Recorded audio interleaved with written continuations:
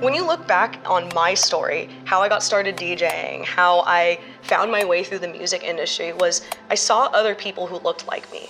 And even though I didn't know them, it helped me to understand that the things that I was dreaming of, the things that I didn't think were possible before, really and truly were.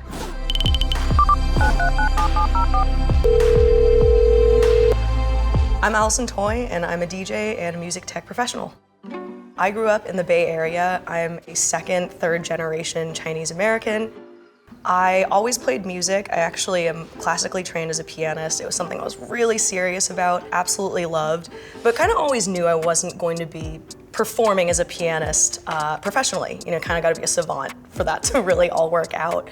And so as I went through sort of my high school age journey and stuff, I did a lot of volunteer work in the music education space and kind of just felt that the next closest thing to performing and being an actual concert pianist was maybe to go in the music industry.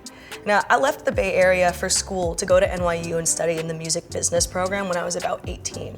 Serendipitously, one day in my dorm, I came across one flyer, a single flyer in this like high-rise dorm of so many floors that was advertising the Scratch DJ Academy, which is a DJ school. It's in New York, LA, Miami. It was founded by Jam Master Jay of Run DMC, and it was offering like this free demo class. So I was like, okay, let me see what this is about. I went, I was like instantly hooked. I had developed this sort of interest in DJing from coming from the Bay Area, but it wasn't until I was on my own trying to be independent for the first time in New York that I actually pursued it as a craft, as an art form. It was a magical time that I'm just so grateful for.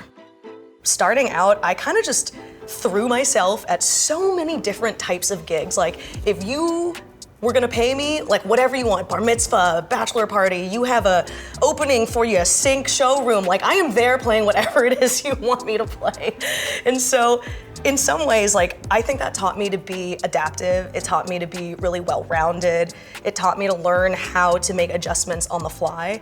And that was a really valuable learning experience.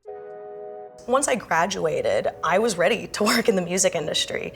You know, my first job was working at William Morris Endeavor as an agent's assistant. I worked for a woman named Sam Kirby, who is super dope, super powerful, great clients, and eventually went over to CAA to work for another music agent called Cara Lewis. DJing in many ways prepared me for that, and I think that that work also empowered my DJing too. By DJing before getting to the professional world, or the full-time professional world, I should say, I had learned how to speak to, how to work with, and kind of collaborate with a lot of different people, whether it was a club promoter, a venue owner, security, other DJs, artists, things like that.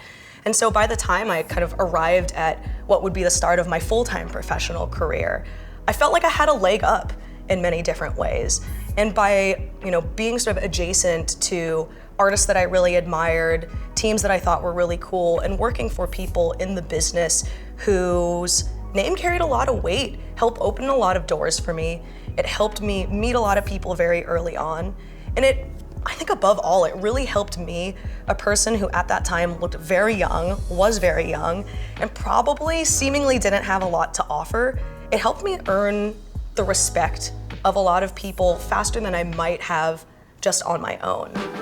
I left New York in 2017 to go live and work out in China, specifically Shanghai. At the time, I was managing a Chinese American rapper named Bohan Phoenix, still active, incredible artist, and he really helped me to get to know the China music scene, which was so different from New York. In many ways was like the wild, wild east, so to speak. The business was newer.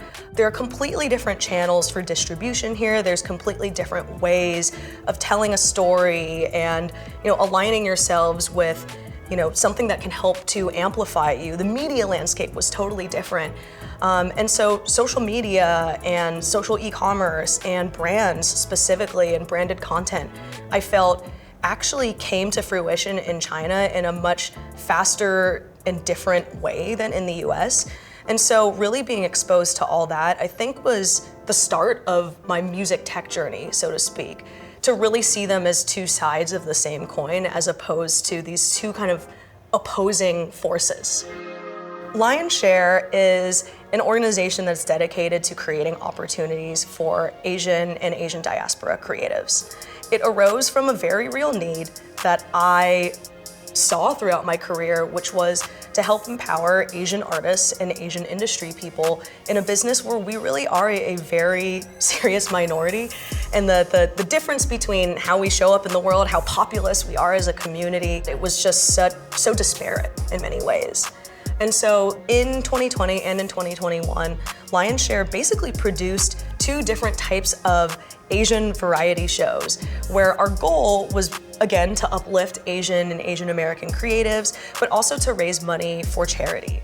We produced the Lion Awards, which was the first ever People's Choice Charity Awards show uplifting Asian creatives of all different varieties. So there were, awards for film, there were awards for fashion, there were even awards for streamers and gamers, musicians, emerging ones and more established ones. It was a beautiful sort of coming together and celebration of all the different types of things that you can do in the world of creative, which is so broad.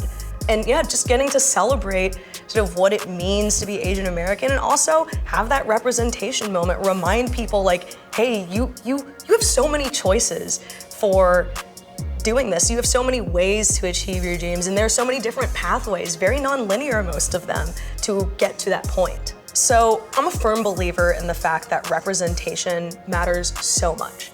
When you look back on my story, how I got started DJing, how I found my way through the music industry, was I saw other people who looked like me. And even though I didn't know them, it helped me to understand that the things that I was dreaming of, the things that I didn't think were possible before, really and truly were. I had the incredible opportunity of opening up and DJing Mama Night Market, which is an incredible event that's been going on here in LA for quite some time that showcases sort of the breadth of Asian and Asian American culture and the diversity that exists within it.